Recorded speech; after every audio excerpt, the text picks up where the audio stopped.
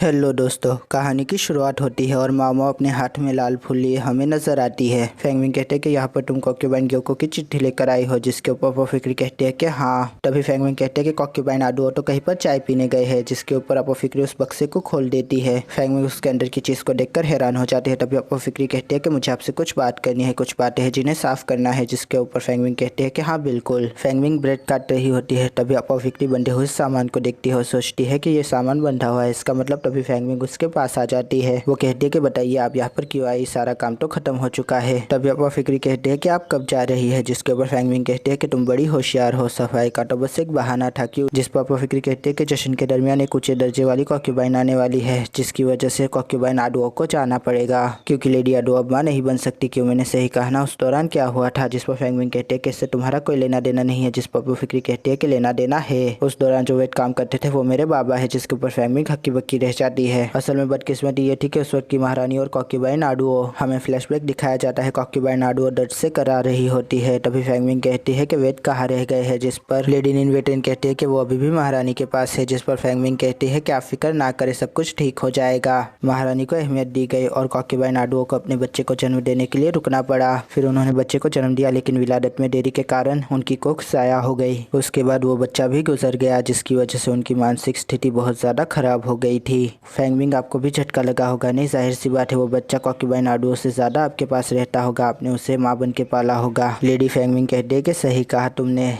वो बच्चा नहीं बचा, ये सब कुछ तुम्हारे बाप की वजह से हुआ। जिसके ऊपर अपोफिक्री को गुस्सा आ जाता है, लेकिन वो खुद को शांत करती है और कहती है कि सही कहा आपने। सब लोग यही मान रहे हैं कि उस बच्चे की मौत की वजह वो सफ़ेद पाउडर था, लेकिन सच्चाई ये है कि मेरे बाबा उसके बारे में अच्छे से जानते थे। उन्होंने उस पर रोक ज़रूर लगाई होगी। ऊपर से आप भी बहुत समझदार लगती है। मुझे नहीं लगता कि आप इतनी सी वजह से बच्चे को मरने देती। असल में वजह ये थी। फिर वो बक्से को खोल देती है। उसमें एक शहद की शीशी और एक फूल होता है। अपोफिक्री फूल को उठाकर कहती है कि कुछ फूलों में जहर होता है, जैसे कि अज़ेलिया जैसे फूल, और उनमें से निकलने वाला कोई भी रस। जिस पर फेंगमिन कहते हैं कि मुझे पता है। अपोफिक्री कहते हैं लेकिन उस वक्त आपको पता नहीं था। लेकिन इससे बढ़कर आपको ये पता नहीं था कि शहद बच्चों के लिए जहर समान होता है। आप उसे शहद चटा रही थी, लेकिन आपको नहीं पता था कि आप उसे जहर चटा रही थी। हमें कॉक्यूबाइन आडुओ और फेंगमिन का एक सीन दिखाया जाता है, जिसमें कॉक्यूबाइन आडुओ कहती है कि तुम्हारा बहुत बहुत शुक्रिया। जिस पर फेंगमिन कहती है कि इसमें शुक्रिया की क्या बात है, बच्चा बहुत हर्षोल्लास कर रहा होता है। तभी अपोफिक्री कहती है कि इसी तरह से बच्चा गुजर गया। मौत की वजह किसी को पता ना चल सकी, किसी के दिमाग में ही नहीं आई ये बात। लेकिन मेरे बाबा के ऊपर इल्जाम धर दिया गया और उन्हें यहाँ से निष्कासित कर दिया गया। साथ ही साथ पैदाइश के वक्त हुई बदकिस्मती भी उनके माथे धर दी गई। लेकिन इस दुनिया में कुछ भी पोशीदा नहीं रह सकता। एक वक्त आया जब आपको ये हकीकत पता चल गई। आपको पता चला कि शहद ही है वो वजह जिसकी वजह से बच्चा मरा था। आपकी वजह से कॉक्यूबाइन आडुओ का बेटा इस दुनिया से चला गया। ये बात जब आपको पता चली तो आप घबरा गए। आप सोचने लगी कि ये बात किस तरह से लेडी आडुओ से छुपाई जाए, ये कभी भी उनको पता नहीं चलनी चाहिए। आपको लगा इस जानकारी की जड़ को ही खत्म कर देना चाहिए। वो जड़ थी कॉक्यूबाइन लीशु। वो एक ऐसा दौर था जब 9 साल की बच्ची यहाँ पर आ गई थी कॉक्यूबाइन बनकर, और दूसरी तरफ थी कॉक्यूबाइन आडुओ, जिन्होंने अपना बेटा खो दिया था। वो अक्सर यहाँ पर उनसे मिलने आया करती थी, वो उनसे बातें करती थी, और इसी बातचीत के दौरान आपको ये सारी चीज़ें पता चल गई। फिर आपने उनका यहाँ पर आना बंद करवा दिया और माजी के राजा भी गुजर गए, जिसकी वजह से उन्हें यहाँ से जाना पड़ा। लेकिन आपकी बुरी किस्मत, वो ऊंचे दर्जे की कॉक्यूबाइन बन के यहाँ पर वापस लौटी। अब आपका जोर उनके ऊपर नहीं चल सकता था। इसके ऊपर कॉक्यूबाइन आडुओ कभी भी मां नहीं बन सकती थी। वो कॉक्यूबाइन आडुओ की जगह पर आई थी। आप समझ गई थी कि अब कॉक्यूबाइन आडुओ को जाना पड़ेगा। आपको लगा कि कॉक्यूबाइन आडुओ को किसी तरह से बचाना होगा और तो कॉक्यूबाइन लीशु को भी रास्ते से हटाना होगा, और इसके लिए एक ही रास्ता था। जाहिर सी बात है, अगर वो मर जाती तो कॉक्यूबाइन आडुओ का मनसब भी बच जाता, और तो और आपका राज भी। फेंगमिन कहती है कि अरे वाह, तुम्हें तो सब कुछ मालूम है, लेकिन अब बताओ कि तुम्हें चाहिए क्या। जिस पर अपोफिक्री कहते हैं कि मुझे कुछ भी नहीं चाहिए। जिस पर फेंगमिन फिर से पूछते हैं कि तुम्हें चाहिए क्या। एक लम्हे के लिए वहाँ पर सन्नाटा छा जाता है। अपोफिक्री कहते हैं कि मैं जानती हूँ कि इससे कुछ भी नहीं बदलेगा, लेकिन मैं जानना चाहती हूँ कि तब असल में हुआ क्या था। फेंगमिन इस बात पर पहले खामोशी इख्तियार करती है और फिर एक तरफ खिड़की के पास चली जाती है। वो अपोफिक्री से पूछती है कि मुझे एक बात बताना, जो तुम्हारा सबसे अजीज हो उसका सबसे अजीज क्या होता है। जिस पर अपोफिक्री खामोश रहती है। फिर वो कहती है कि कॉक्यूबाइन आडुओ, मैंने उन जैसी औरत अपनी पूरी जिंदगी में नहीं देखी। वो एक ऐसी औरत थी जो सच्चाई के लिए डट जाती थी। वो बराबरी की सतह पर बात करती थी मर्दों से। फिर फेंगमिन कहती है कि मैं एक ऐसी औरत थी जो अपने माँ बाप के कहने पर लेडी निन वेट्रिन बन गई थी। लेकिन दूसरी तरफ थी लेडी आडुओ, वो कमाल थी। मुझे उनसे मिलते ही पता चल गया कि मैं बस उनकी खिदमत के लिए बनी हूँ और वो मैंने की भी, लेकिन मैंने उनसे वो छीन लिया जो इस दुनिया में उन्हें सबसे ज्यादा अजीज था।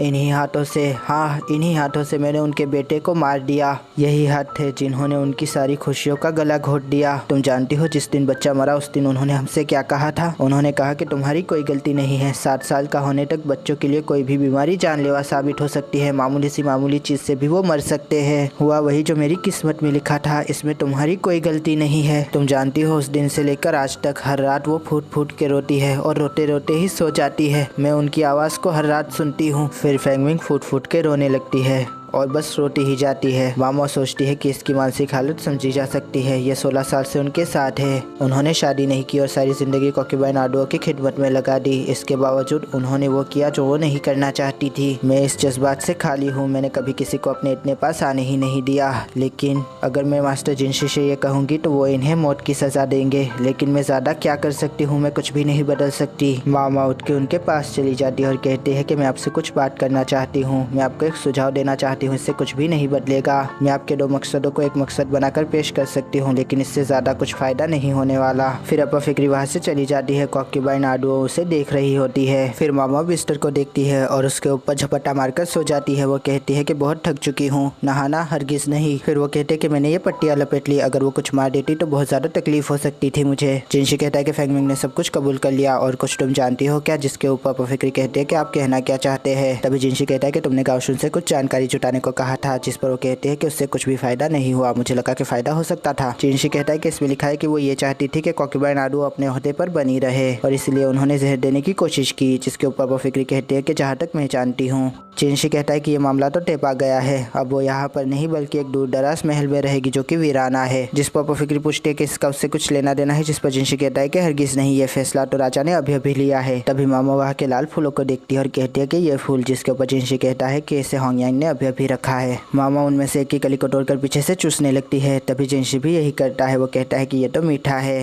तभी मामा कहते हैं कि जहरीला भी। तभी जिनशी उसे ठोकने लगता है। गाओशुन कहते हैं कि क्या हुआ? जिस पर मामा कहते हैं कि डरने की कोई बात नहीं है, ये इतना जहरीला भी नहीं है। मामा कहते हैं कि मैंने फेंगमिंग से कहा था कि वो बच्चे की मौत की वजह छुपा ले। वैसे इससे उनकी फांसी नहीं टल सकती थी, लेकिन मैं और कर भी क्या सकती हूँ? मैं बस एक अपफिक्री हूँ जो कि यहाँ पर काम करती है। हमें जिनशी कॉन्क्यूबाइन आडुओ के पास जाता हुआ नजर आता है। कॉन्क्यूबाइन आडुओ के हाथ में जाम होता है। मामा को नींद नहीं आ रही होती। वो कहती है कि एक चक्कर लगा के आती हूँ। फिर वो हरम की दीवार को देखकर उसके ऊपर चढ़ जाती है। मामा खुले नीले आसमान को देख रही होती है जिसमें खूब सारे तारे और चांद चमक रहे होते हैं। तभी मामा सोचते हैं कि फेंगमिंग को सजाए मौत दे दी गई है और कॉन्क्यूबाइन आडुओ भी यहाँ से चली जाएगी। जिसके ऊपर आडुओ पीछे से कहते हैं कि आज मुझसे पहले कोई यहाँ पर आ गया। वो कहती है कि तुम तो वही लड़की हो ना जो कि यहाँ पर साफ सफाई करने आई थी। जिस पर मामा कहते हैं कि मैं यहाँ से चली जाती हूँ। तभी वो कहते हैं कि हरगिज नहीं, एक काम करो, मेरे साथ पीना पसंद करोगी क्या? जिस पर मामा के अंदर की बिल्ली बाहर आ जाती है। वो कहती है कि ओ भाई दारू। अब वो फिक्री जाम का ग्लास देकर खुश हो जाते हैं, लेकिन आडुओ गटगटाने लगती है सारी की सारी शराब, जिसके ऊपर वो उन्हें हैरत से देखने लगती है। आडुओ कहते हैं कि मेरे शौक मर्दों वाले हैं ना। जिस पर फिक्री कहते हैं कि मुझे तो लगता है कि आप ये जानबूझकर दिखावा कर रही है। वो थोड़ा हंस देती है और फिर कहते हैं कि मेरे बच्चे के जाने के बाद मैं राजा की चहेती कॉन्क्यूबाइन से उनकी दोस्त बन गई, या यूँ कहूँ कि फिर से उनकी दोस्त बन गई। मैंने कभी नहीं सोचा था कि मैं उनकी कॉन्क्यूबाइन बन पाऊंगी, लेकिन मैं बन गई। वो कहते हैं कि मेरा ख्वाब मानो सच हो गया था। मुझे ऐसा लगा कि मेरे पाँव जमीन पे नहीं ठहर रहे, मैं आसमान में उड़ने लगी थी।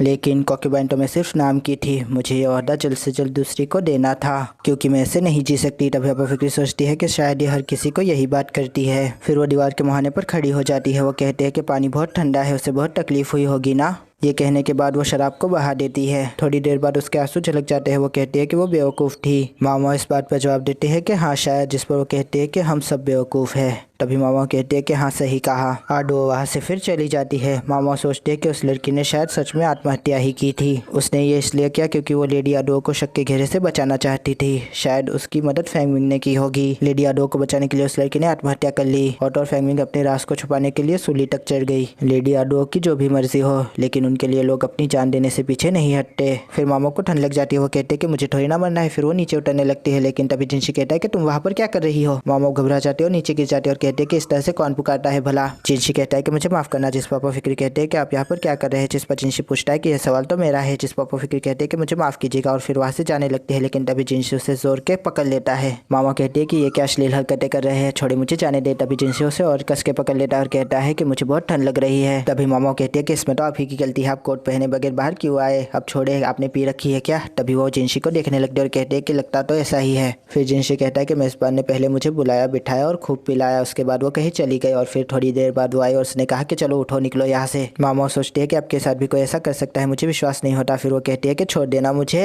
वो हाथ पैर मारने लगती है। फिर वो सोचती है कि जरा रुको, इसने मुझे गिरने से बचाया, मैं गिर रही थी और इसने मुझे थाम लिया, फिर तो मुझे इसका शुक्रिया अदा करना चाहिए, सही रास्ता तो यही है। फिर मामा जिनसी से कुछ कहने जाती है, लेकिन तभी जिनसी के आंसू उसकी गर्दन पे पड़ते हैं, वो खामोश हो जाती है। जिनसी कहता है कि बस कुछ देर और, मुझे ठंड लग रही है, बस कुछ देर और। तभी मामा शांत होकर उसके पास बैठ जाती है और आसमान को देखने लगती है। विदाई की रस्म शुरू की जाती है। मामा सोचती है कि दोनों को देखकर लग नहीं रहा कि रात इन्होंने इतनी पी है। आडू अपना ताज लौटा रही है जो कि अब दूसरी लड़की पहनेगी। मामा कहते हैं कि अब समझे, इन दोनों का चेहरा तो हूबहू है, ये तो कपड़ों की अदला बदली भी कर सकते हैं। तभी अपा फिक्री की झपक जाती है। वो कहते हैं कि अदला बदली। फिर उससे लेडी आडू की वो बात याद आती है कि मेरे बच्चे के जाने के बाद। अपा फिक्री कहते हैं कि जाने के बाद कहा, ना कि ये कहा कि गुजरने के बाद। इसका मतलब यह हो सकता है लेडी आडू का बेटा महारानी का बेटा। बच्चे की पैदाइश के वक्त उन्होंने जरूर अपने बच्चे के भविष्य के बारे में सोचा होगा। हम देखते हैं कि सिपाही आते हो, लोमेन को लेकर जाते हैं। लोमेन कहता है कि ये क्या कर रहे हो, जिस पर सिपाही कहते हैं कि पहले रानी के बच्चे को देखो। मामा कहते हैं कि उन्होंने जरूर सोचा होगा कि वो तो बस एक वेट की बेटी है, उनके बेटे की क्या ही हैसियत होगी। उनकी बस किस्मत चमक गई कि राजा के बेटे ने उन्हें पसंद कर लिया और बस वो कॉन्क्यूबाइन बन गई। लेकिन अपने बेटे के लिए वो सही और गलत में फर्क नहीं कर पाए और फिर उन्होंने वो किया। उस वक्त की रानी का बेटा जो कि गुमनामी में पला बड़ा हुआ है, वो आखिर कैसा दिखता है। फिर वो जिनसी और आडुओं को ठीक से देखने लगती है और फिर वो कहती है कि ये सब कुछ बकवास है, पता नहीं मेरे दिमाग में क्या क्या आता रहता है, ऐसा थोड़ी ना हो सकता है। हम देखते हैं कि लेडी लिशु दौड़कर उनके पीछे आती है और कहती है कि मत जाइए। मामा उनकी लेडी इन वेटरेंस को देखती है और कहती है कि कॉन्क्यूबाइन अपनी लेडी इन वेटरेंस पर ही निर्भर करती है, फिर वो चाहे होशियार हो या ना हो, लेकिन लेडी इन वेटरेंस ही है जो कि उनका सहारा होती है। तभी वो गिर जाती है दौड़ते दौड़ते और लेडी आडो उनके पास आती है। कॉन्क्यूबाइन लिशु उन्हें देखकर खुश हो जाती है और दोनों एक दूसरे को देखकर हंसने लगती है। मामा कहते हैं कि उनके गंभीर और शाही चेहरे पर अचानक माँ की ममता नजर आ रही है मुझे, और फिर वहाँ से जाने लगती है और हम देखते हैं कि बारिश होने वाली होती है। गाओशुन जिनसी को फेंगमिंग के परिवार के लोगों की सूची दिखाते हैं। तभी जिनसी कहता है कि सुना है कि उसे अगवा करके बेच दिया गया था, और फिर वो उन लकड़ी के पट्टों को देखने लगता है।